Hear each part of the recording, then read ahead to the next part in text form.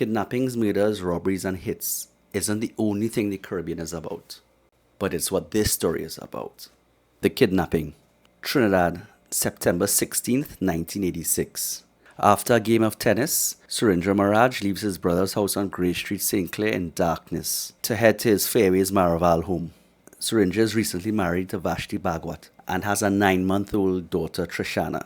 He is also the second and last son of Kuwal Maraj, owner of Maraj and Sons, the most iconic jewellery store in the country.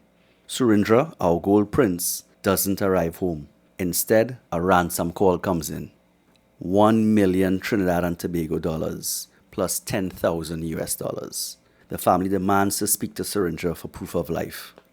His car, a yellow Ford Laser, was found on Collins Road with the keys in the ignition and engine and lights on.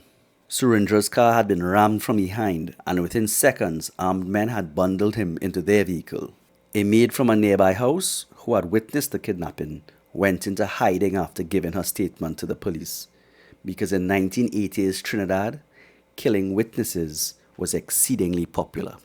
Surindra's father immediately cut his vacation short to return to Trinidad, and the jewelry store was closed indefinitely. This was only the third kidnapping for ransom in Trinidad and Tobago's recent history. But due to the fatal outcome of the first two, a 3-year-old and a 31-year-old, a stifling dread descended on the Maraj family, whilst whispers of the expected outcome circulated throughout the islands. But then proof of life came in. The ransom. The Maraj family had insisted on proof of life before any ransom was paid. So a phone call came in from a telephone booth at the Queen's Park Savannah, about 3 kilometers away from Surindra's home. The call directed them to a garbage bin located at the corner of Frederick and Keith Streets, very close to where the call was being made. Inside the bin was an audio cassette tape for proof of life. The cassette was quickly snatched up, and it was in fact Surindra's voice seeping out the speakers. He was pleading with his family to pay the ransom as quickly as possible, because he could feel the danger condensing on his skin and soaking through to his bones. Thursday, 18th September, the day of the ransom drop, the kidnappers contacted Surindra's brother, Devinder, and gave him directions to find a walkie-talkie they had hidden.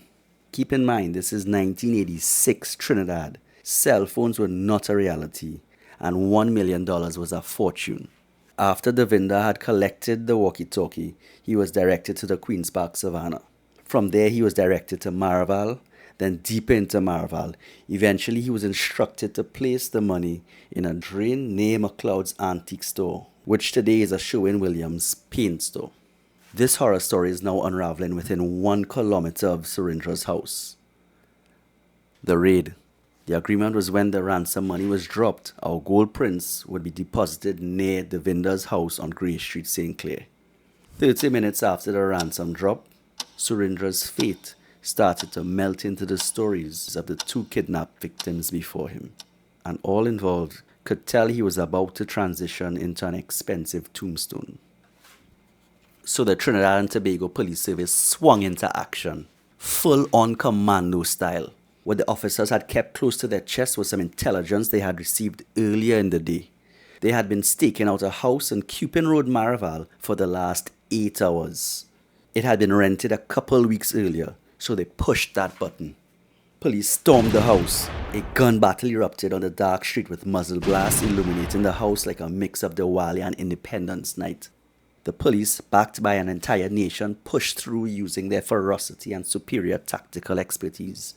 Room by room, they took control of the kidnappers' den.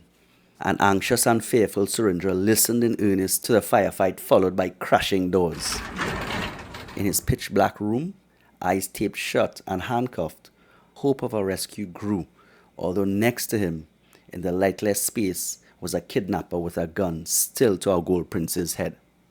As the sword of justice plunged into the bowels of the kidnappers' den, new fears unlocked in both men's heads. For Surindra, it was being shot by police that may not recognize him. For the kidnapper, it was being shot by police because they did recognize him. Police called from the other side of the sealed door. Surindra's reply was meek. "It's the Maraj boy." The kidnapper reacted by ripping the tape off Surindra's eyes and placing it on his own eyes. while begging Surindra to tell the police he was another hostage. The police breached the door and secured the kidnapper. He would be corralled with the other two they had outgunned to perform the flawless rescue. Of course, they were nursing gunshot wounds and other injuries, but still breathing. Some of the other officers were still cutting through the bush of the mountain behind the house in pursuit of the fourth kidnapper, the one that had collected the ransom money. A silence fell over the house as Surindra emerged from his black hole, like a phoenix back from the ashes, the first survivor of a kidnapping for ransom in Trinidad's history. He was still in handcuffs and his tennis shorts from the night he was kidnapped. The handcuffs were sawn off, but the future knew he would never be free. The after. The Maraj family were joyful beyond words. Their Surindra had been brought back to them, and not in a body bag as everyone had expected. Trinidad and Tobago rejoiced with the family. At a time when the nation faced economic hardships, it was something positive that could unite us. Surindra, who was unscathed, said he had not been treated exceptionally badly considering the situation. He had been provided with food and drink. But for Mrs. Ali of Saddle Road, Maraval, a stone's throw away from the kidnappers' den, all was not right with the world. Two of the three men arrested were her sons, Latif Ali, 26, and Inshan Ali, 28, both of Saddle Road, Maraval. The 63-year-old mother said her boys could have been led into trouble by no good friends. Perhaps she was referring to the third man caught that night, Vishnu Maraj, 32, of Upper Belmont Valley Road, Belmont. Mrs. Ali said she did not think her sons would do something like that. She said they are good boys with wives and children. She went on to say they never had any problems with the police and that they want for nothing as they collect rent from numerous properties. She also added they don't go anywhere, and I quote, "They are always together. They are like girls inside the house." Meanwhile, Inshan Ali and Vishnu Maraj were charged with robbing the Val Park branch of the Bank of Commerce, stealing a car from Hilltop Drive, Charflair on December 27, 1985, robbing Zanil and Zanora Muzaffar of $40,000 and shooting the couple at their Valsain home. The three arrested men had 17 charges brought against them for the kidnapping, including theft of the vehicle that they used in the kidnapping. The future president, Anthony Carmona, was on the prosecution team, and all three were denied bail. On the 25th of September 1986, the suspected fourth man and mastermind of the kidnapping surrendered to the police. As some may have guessed, it was a third Ali brother, Usman Ali, 30, of Porkchop Hill, Maraval. He said he was surrendering because he heard the police were looking for him, but he had nothing to do with the kidnapping and definitely did not have any of the ransom money. Meanwhile, Surindra, who still believed he was a free man, said, "I cannot live like a chicken in a coop," in his explanation for why life had to return to normal. Surindra was the star witness in his own kidnapping case. Yes, Trinidad 1980s witness. The end. About 3 months after the kidnapping, December 6, 1986, Surindra once again has just finished playing tennis with his older brother Devinder. Again at Devinder's home on Grey Street, St. Clair. Once again, he jumps into his car, the same yellow Ford Laser. But this time, he's accompanied by his nephew, 8-year-old Harish. Then there's a roar of an engine and a car with license plate PAS 6466 raced up next to Surindra, who is seated in his stationary vehicle. The hollow point bullets ripped into him and his car without mercy. Even as he faced his own mortality, Surindra's paternal instincts refused to be suppressed. He tried to shield young Harish from the deadly spray. Unfortunately, at least 2 bullets managed to slip past Surindra and strike the child. The shooters sped off into the shadowy night. Within 2 minutes, Devinder had gotten his younger brother to the hospital. Sadly, our gold prince, Surindra Maraj, succumbed to his injuries. The silver lining was young Harish. He survived and made a full recovery. And up to the making of this video, he's alive and well. But the 1980s had claimed another witness's life. But the story doesn't end at the end. The before. December 6th, 1986, 1 hour before the murder. 2 police officers are following a vehicle, plate number PX 1797, driven by Ali Mohammed. There's a passenger in the front seat of the car. Ali Mohammed eases into the Lady Young lookout. The lights of Port of Spain glimmer below. Without haste, the passenger exits the car driven by Ali and slips into the other vehicle, a white Nissan Sunny, occupied by Roger Huggins and Rafiq Puna Mohammed. The plate number of this second car is PAS 6466, the car that will be opening fire on Surindra and Harish in an hour. The same car that will be found abandoned on Lady Young Road later that night. It had been stolen on July 17th from Carnegie Savannah Road in Charleville. What about the passenger that transferred between the 2 cars? You think you have it? Have you seen the pattern? You guessed it. A 4th Ali brother, Imran Ali, the big brother. He had been incarcerated for car theft at the time of the kidnapping in September. He had been granted bail in October, meaning he was on bail at the time of Surindra's murder. Both cars left the Lady Young lookout. The officers chose to follow the vehicle with Imran Ali, but lost it in traffic. Within an hour, Surindra and Harish were shot. But at least it's an open and shut case, right? You keep guessing wrong. The hunt. Within 2 days, Inspector Bastian had gotten a confession from Ali Mohammed. He admitted that they had planned to kill Surindra to stop him from giving evidence against Imran's brothers. Ali Mohammed was Imran's brother-in-law. He admitted to driving Imran Ali to the Lady Young lookout to meet the 2 shooters, Roger Huggins and Rafiq Puna Mohammed, then meeting back up with Ali after to take him home. All 4 men were arrested for the murder, and Imran, with Roger Huggins and Rafiq Mohammed, were charged with the attempted murder of Harish. Also within 2 days of Surindra's murder, the police received some information which they used to acquire a search warrant for an address of Imran Ali's, other than Saddle Road, Maraval. Imran Ali accompanied police to the house at Carnegie Savannah Road, Charleville. As they executed the warrant, they found $520,000 in a bag, which appeared to be the same bag the ransom had been dropped off in. So at the time, the cash was considered part of the ransom payment. The walls of justice were closing in on the 4 accused, but these men were survivors, and as we'll see, never count a survivor out until they're being lowered into their grave. The trial. April 1989. All 4 men are convicted of murder and sentenced to death. The future President Paula May Weeks was on that prosecution team. December 1992, the Courts of Appeal allowed the appeal and ordered a retrial. In 1993, a judge ordered Ali Mohammed to be tried separately from Ali, Huggins, and Mohammed.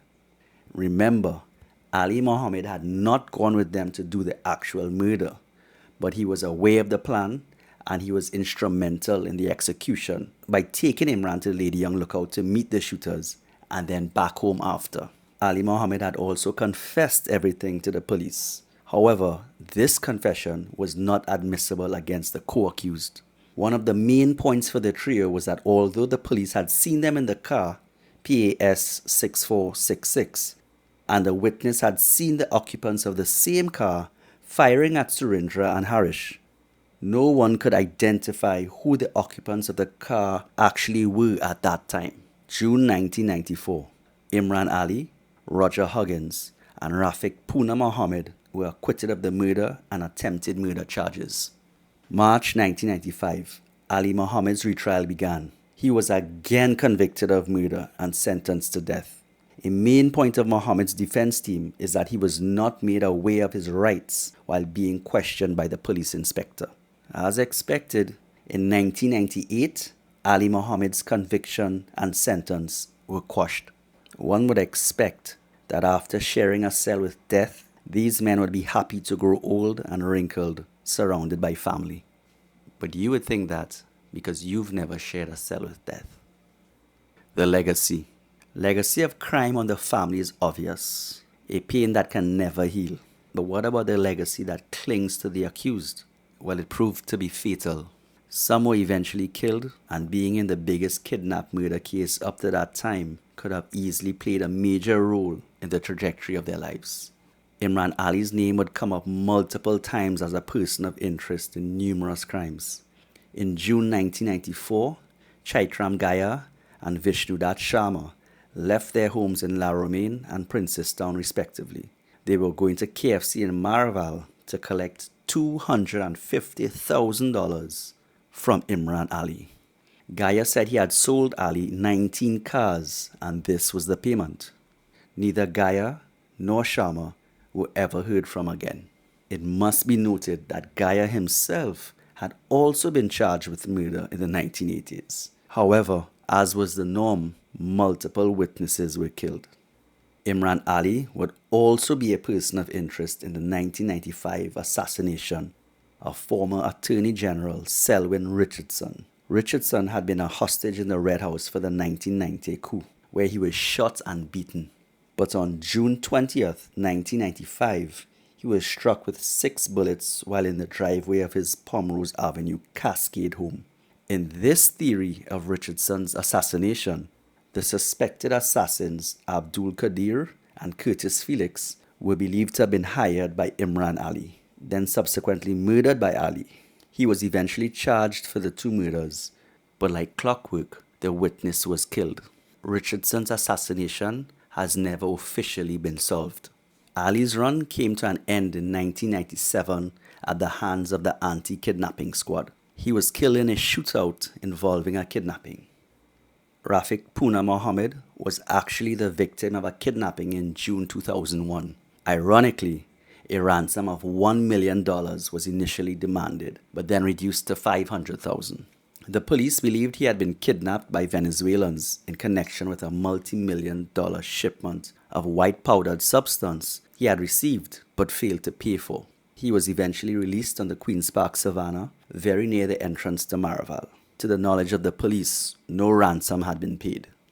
And then suddenly, it's after 2 a.m., July 2008. Mohammed is near a bar in Arangwes with his girlfriend of nearly 20 years, Rosanna Simongal. A man pedals up to them on a squeaky bicycle and shoots them both in the head, along with the owner of the bar.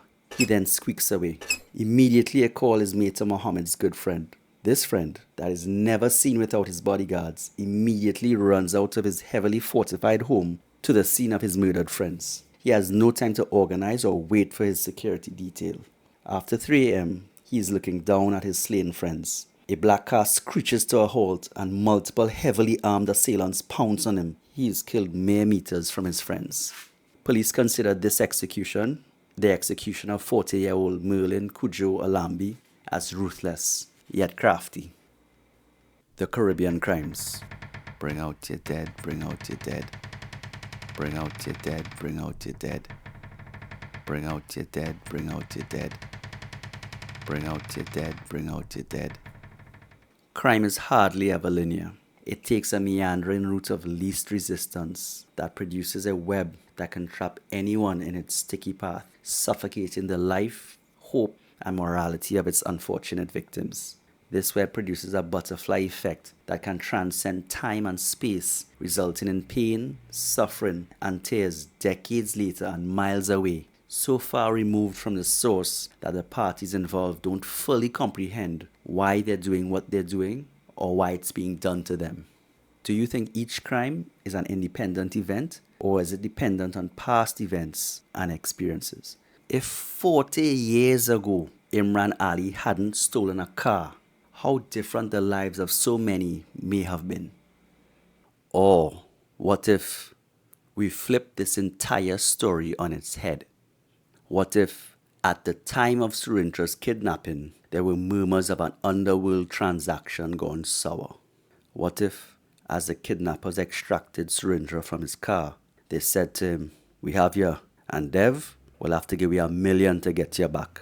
What if, despite his father being the owner of the business, his brother paid the ransom? What if, exactly 1 week before Surindra's kidnapping, there was an attempted kidnapping of his brother's son? What if, we let sleeping dogs lie. This is Caribbean Crimes, small Caribbean, big crime.